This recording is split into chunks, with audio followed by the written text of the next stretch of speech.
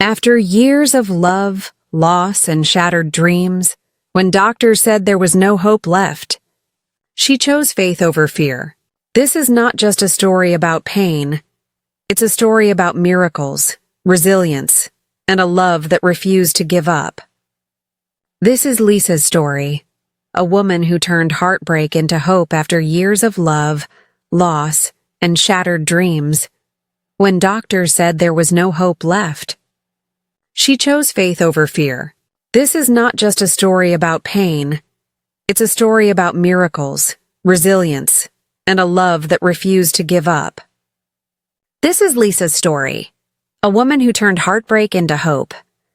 My name is Lisa, and this is not the story I ever wanted to tell. It's the story I never thought would belong to me. A story of love, loss, and the quiet ache that settles deep inside when life doesn't follow the plans you made with all your heart. We had been together for 2 years before marriage. 2 years of laughter, long drives, and stolen kisses in the rain. He wasn't just my boyfriend. He was my home. When we finally got married after 5 years, it felt like the beginning of a dream. Our small apartment was filled with hope. Warm sunlight spilling through the curtains, the smell of coffee in the mornings, and endless conversations about the family we would build someday. He would place his hand on my stomach and whisper, "One day, there'll be a heartbeat here." And I would laugh, pretending to be annoyed, but secretly, that thought made my soul glow.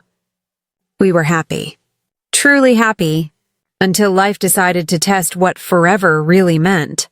6 months into our marriage, everything changed. I still remember that morning, the way the light fell on the mirror as I brushed my hair. I felt a dull pain in my lower abdomen, something I ignored for weeks, assuming it was nothing. But pain has a way of speaking louder the longer you silence it, and soon I couldn't ignore it anymore. The hospital smelled like antiseptic and fear. After endless scans and waiting, the doctor looked at me with eyes that carried the weight of bad news. "Lisa," he said gently, "we've found a tumor in your womb." I didn't cry. Not then. I just nodded, trying to process words that didn't feel real. Tumor? How could that be? I was young, healthy, in love. This wasn't supposed to happen. When I told my husband, his face froze for a moment, and then he pulled me into his arms. "We'll fight this," he said. And we did. But the fight changed everything. The surgery was painful, the recovery worse. Nights blurred into days filled with medication, side effects, and silent prayers whispered into pillows. He never left my side, feeding me soup when I couldn't eat, massaging my hands when I trembled from the drugs. But I could see it in his eyes, the fear, the helplessness. Sometimes he'd look away quickly, pretending to be strong, but I knew. He was breaking too. Months later, when the doctors finally said I was recovering, hope crept back into our hearts. We started dreaming again, about that little heartbeat, about holding a tiny hand and calling it ours. But hope, it seems, wasn't done testing us. The first time I found out I was pregnant, it felt like the world came alive again. Every morning, I'd wake up smiling, touching my belly, whispering to the life growing inside me. My husband would talk to the baby every night, telling stories, singing softly, planning names. It was perfect. Until one morning it wasn't. I remember sitting in the bathroom, the world spinning as crimson stained the floor. My screams echoed through the house. The hospital ride was a blur of tears and panic. The next thing I remember was silence, the kind of silence that suffocates. The nurse whispered, "I'm so sorry." I didn't cry at first. I just stared at the ceiling, feeling empty. Completely empty. He held me, but I couldn't even hold him back. I had lost something I never even got to meet. A few months later, we tried again, desperate to fill the void.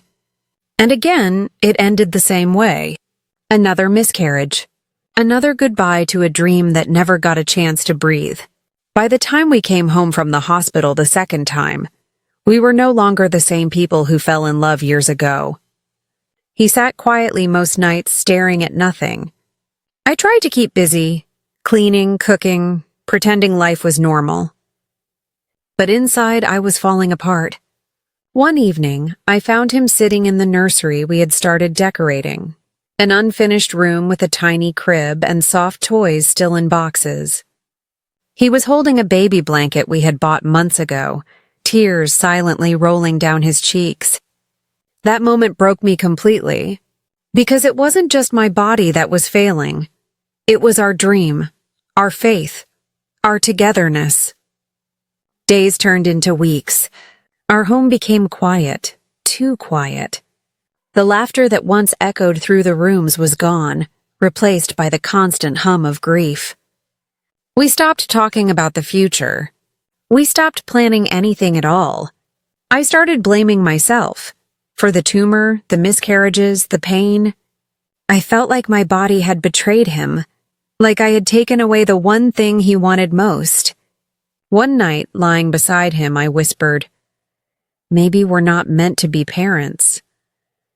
He turned away, his voice breaking, "Don't say that." But I could see the truth in his silence. The hope that once lived in his eyes was dimming, and I didn't know how to bring it back. When the doctor told us our chances were very low, something inside me just stopped. I walked out of the hospital that day feeling like I had left a part of myself behind. We drove home without speaking. Even the radio was silent. That night I sat on the porch watching the stars.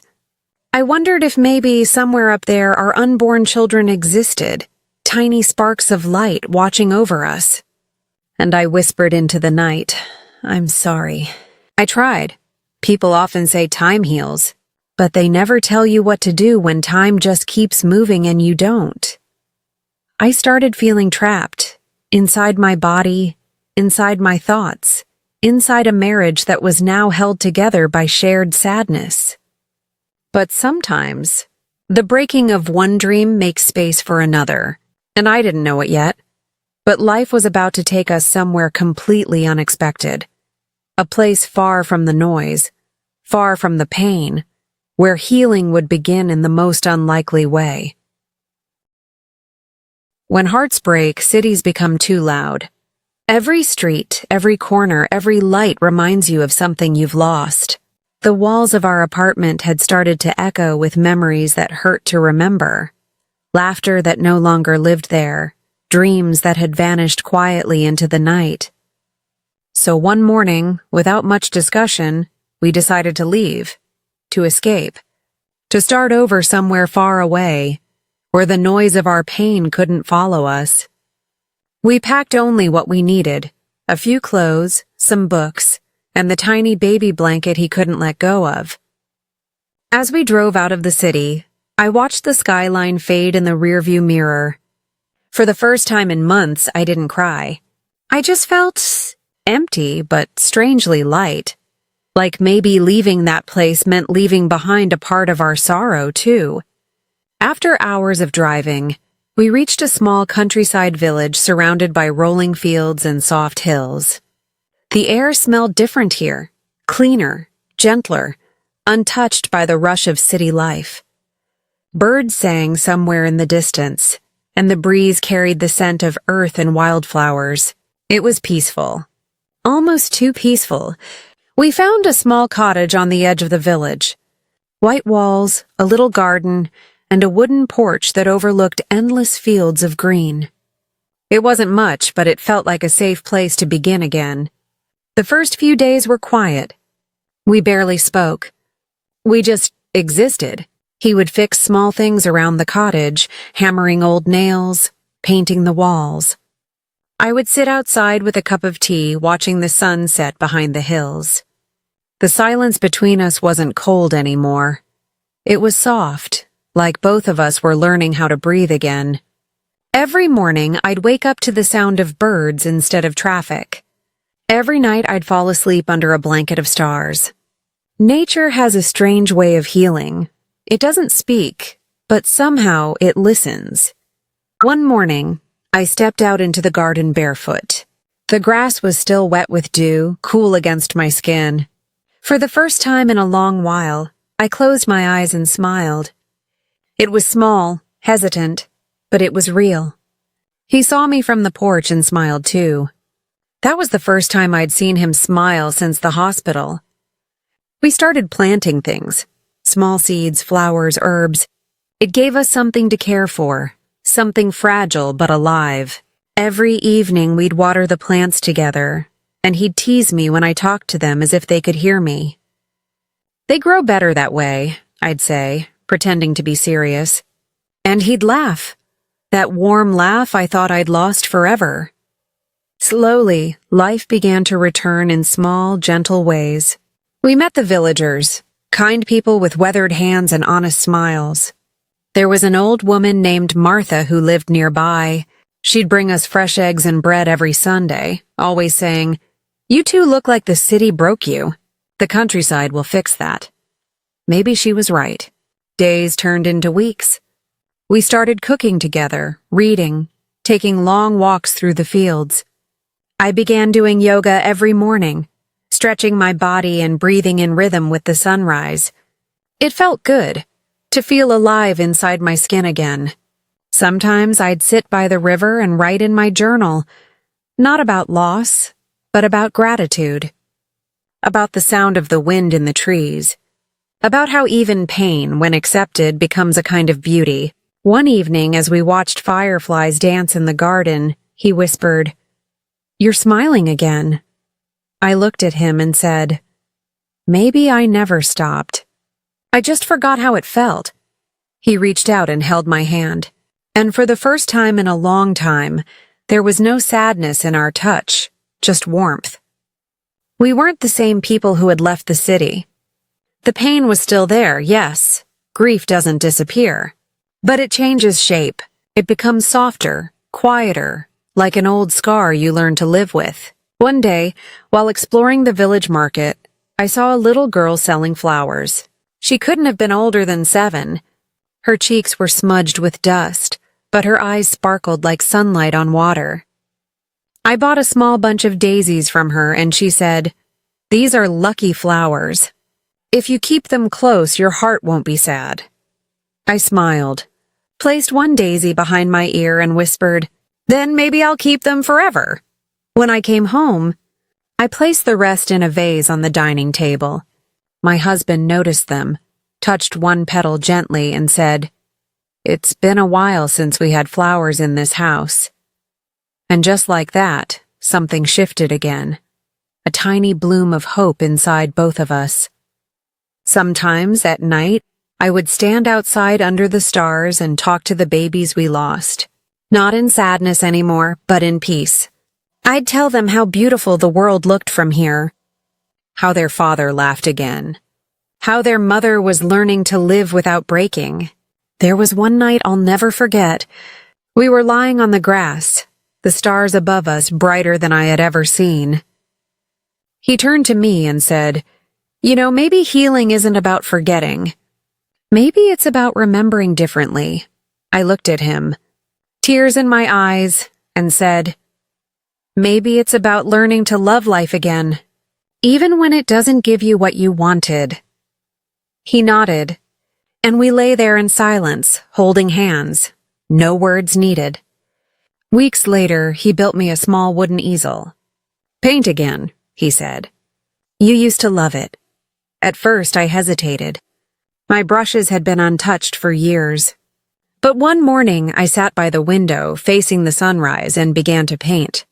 Colors flowed like emotions I had buried for too long. Blues of peace, greens of growth, yellows of fragile joy. When I was done, I realized I hadn't painted sadness. I had painted life. And that's when I knew healing doesn't happen all at once. It comes quietly, like dawn after a long, endless night. Months passed, and our little cottage became more than just a house. It became a home, filled with laughter, with quiet mornings, with warmth. We had stopped asking why life turned out this way. Instead, we started asking how we could make it beautiful again. One afternoon, as we sat by the porch drinking tea, he said softly, "Lisa, maybe we can try again someday." I looked at him, at the gentleness in his eyes, at the strength that had returned to his voice, and smiled. "Maybe," I said. "But even if we can't, I think we've already found something just as precious." He frowned playfully. "What's that?" I looked around at the trees swaying in the wind, at the sunlight dancing on the field, and said, "Peace. We found peace." He smiled, reached for my hand, and whispered, "Then maybe that's enough." And in that quiet moment, surrounded by nature and love reborn, I believed him. Because sometimes peace isn't the absence of pain, it's the grace to live with it beautifully. The countryside had started to feel like home. The air was gentle, the mornings calm, and for the first time in a long while, I had stopped counting days in grief. Life had slowed into a quiet rhythm, birds, tea, laughter, and the silent comfort of his presence beside me. But peace, I learned, is fragile. It doesn't take much for the past to find you again. It was a Sunday afternoon when his mother came to visit us. She had always been kind to me, always polite. But that day, something in her eyes was different, heavy, distant, worried. She sat on the couch, her hands twisting the corner of her shawl nervously. My husband made tea while I brought out the cookies we'd baked that morning. Everything looked normal, until it wasn't. After a few minutes of awkward small talk, she finally said what had been sitting on her tongue the whole time. "Son," she began softly, "I've been thinking. You've done everything you could. You've stood by Lisa through it all, but maybe it's time to think about your future." He looked at her, confused. "My future? What do you mean, Mom?" She hesitated, her eyes flickering toward me. And then, in a tone both careful and cruelly gentle, she said the words that sliced through my chest. "Lisa can't give you a child. You deserve to be a father. You should think about marrying again." For a moment, the room went silent. I froze. The world around me blurred, the sound of my heartbeat loud in my ears. I tried to breathe, but it felt like someone had pulled the air out of my lungs. My husband's hand tightened around the cup he was holding. He didn't say anything, not right away. And that silence, it destroyed me.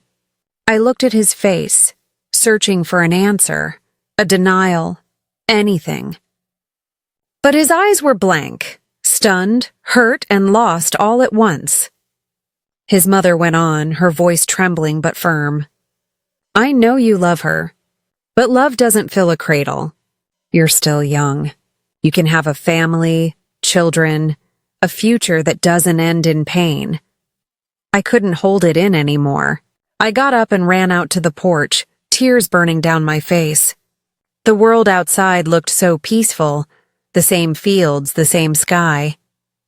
But everything inside me was breaking again.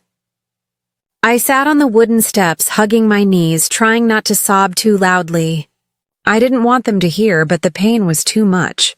Every word his mother said replayed in my mind, cruel, logical, and true. Because deep down I knew she wasn't wrong. I couldn't give him that happiness.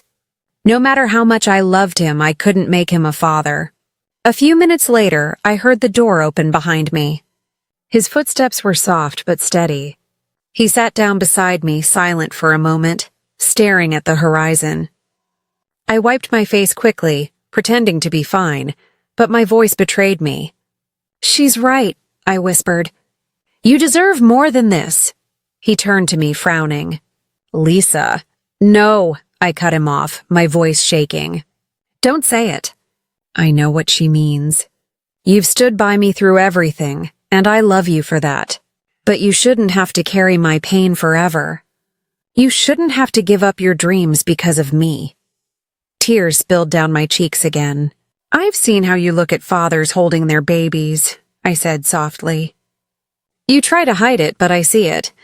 That longing, that ache, And I hate myself for being the reason you can't have that." He looked away, jaw clenched, eyes glistening. "Lisa, stop. Don't do this to yourself." I shook my head, the words tumbling out through my tears. "Maybe if you marry someone else, you could finally have what you always wanted, a real family. I don't want to be the reason you miss out on that kind of love." For a moment, there was only silence, the sound of wind through the trees, the faint hum of distant birds. Then he stood up, walked a few steps away, and turned back to face me. His voice was calm but filled with something fierce, something unshakable. "Lisa," he said slowly, "do you think I married you for children? Do you really think our love depends on someone who doesn't even exist yet?" I looked at him stunned.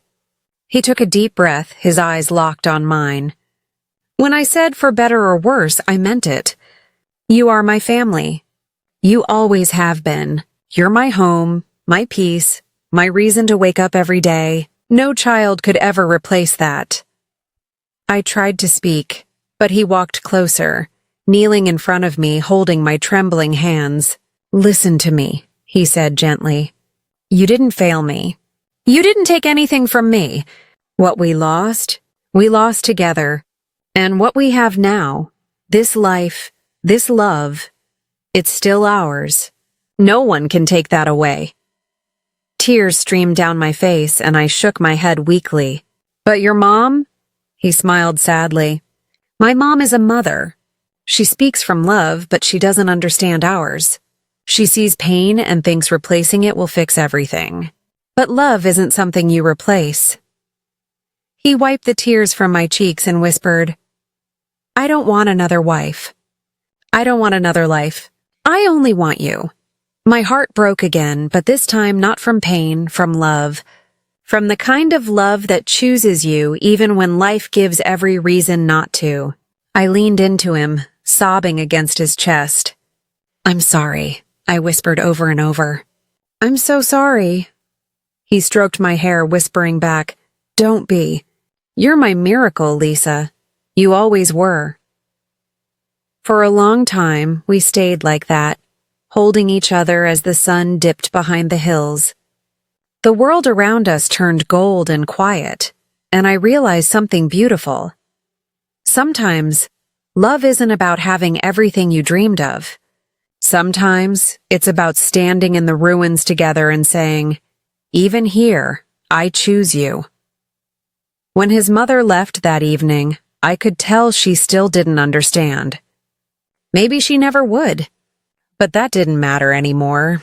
Because as the night fell, and he held my hand in the soft glow of our porch light, he looked at me and said the words that stitched my heart back together. Words I will never forget. "Lisa, don't worry. I will never marry anyone else. You're my first, my last, my always." And in that moment, I believed him with every piece of my soul. Because sometimes true love isn't proven by what you gain. It's proven by what you're willing to live without together. It had been months since that evening, the night he promised me he would never leave, no matter what life threw our way. Those words, "You're my first, my last, my always," became my strength. They echoed inside me every morning when I woke up beside him, every night when we sat quietly watching the stars. After his mother's visit, things changed. Not between us, but within us. We stopped living under the shadow of what we didn't have and began to live for what we did. Our love grew softer, deeper. We learned to celebrate small moments, fresh flowers in the garden, the smell of rain on the fields, the comfort of quiet evenings with warm tea. There were still scars, of course, invisible ones, but they no longer hurt. They had become reminders of how far we had come. Months passed peacefully, until that one evening, the evening that changed everything. It was early spring, and the world around our cottage was bursting into color. I was sitting on the porch, painting the horizon while he was inside, busy with something he refused to tell me about. He had been acting strange all day, quiet, nervous, almost fidgety.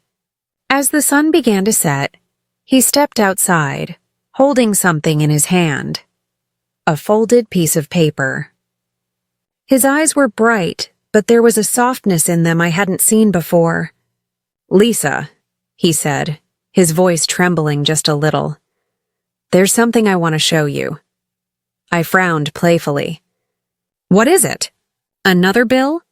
He smiled, that gentle smile that always made me fall in love all over again, and shook his head. "No, it's something else." He handed me the paper. I unfolded it, still smiling. But the moment my eyes landed on the words, my breath caught. My vision blurred. For a second, I thought I was dreaming. It was a medical report, and right there in bold letters it said, "Pregnancy test, positive." I looked up at him, my hands trembling, my lips parting but no words coming out. He was already crying, quiet, happy tears streaming down his cheeks. "It's real, Lisa," he whispered. "You're pregnant." For a moment, the world just stopped. I could hear nothing but the sound of my heartbeat, strong, fast, alive. My knees went weak, and before I could fall, he caught me in his arms. "Say something," he laughed through his tears. But I couldn't. I could only hold him tighter, the report still clutched in my hand, tears pouring down my face. After years of pain, loss, surgeries, and hopeless nights, the dream we once buried had come back to life. When I finally found my voice, I whispered against his chest, "Is this really happening?" He nodded, kissing the top of my head. "Yes, my love. It's happening. You're going to be a mother." And that's when I broke down completely. I cried, not from sadness this time, but from gratitude, disbelief, and pure, overwhelming joy. Every tear felt like a piece of my heart finally healing. That night we didn't sleep. We stayed up talking, laughing, remembering everything we had gone through, the hospital rooms, the surgeries, the endless nights of tears. It all felt distant now, like a storm that had finally passed. We held hands and made promises that we would cherish every moment, that we would never take a single heartbeat for granted. From that day on, every sunrise felt different. Every morning I'd wake up, place my hand over my belly, and whisper, "Good morning, little one." The months that followed were the most beautiful and fragile of my life. Every kick, every flutter, every tiny sign of life inside me felt like a miracle I didn't deserve, but was blessed with anyway. He became more protective than ever. He wouldn't let me lift anything heavy, made sure I ate on time, and talked to the baby every night. Sometimes I'd wake up to find him lying beside me, whispering softly to my belly, "Hey, little one, your mom is the strongest woman I know." It made me smile every time. 9 months of hope, fear, and wonder. There were days when anxiety tried to creep in, whispering old memories of loss, but this time I didn't let it win. I had faith, not just in medicine, but in love, in life, in the God who finally decided we had waited long enough. Our little cottage became a temple of joy. We painted the nursery together, soft yellow walls, white curtains, a tiny crib that smelled of new wood. He built a rocking chair by hand and carved our initials into it, L+A, so forever. One rainy night, as I sat there rocking slowly, feeling the baby move inside me, I whispered, "You were worth the wait." When the time finally came, it was a calm morning, the sky overcast, a cool breeze brushing through the trees. I still remember the panic in his voice when my water broke. "It's happening! Oh my God, it's really happening!" The hospital ride felt endless. Every contraction hit like a wave, but through the pain I kept thinking, this is it. This is our miracle coming to life. Hours later, Through tears, exhaustion, and trembling hands, I heard it, the softest, most beautiful cry I had ever heard. Our baby, our dream, our heartbeat outside of my body. When the nurse placed the tiny bundle in my arms, I couldn't stop crying. His little fingers wrapped around mine, his skin warm and soft. And in that instant, every ounce of pain I had ever felt disappeared. My husband stood beside me, tears streaming down his face as he kissed my forehead. "We did it," he whispered.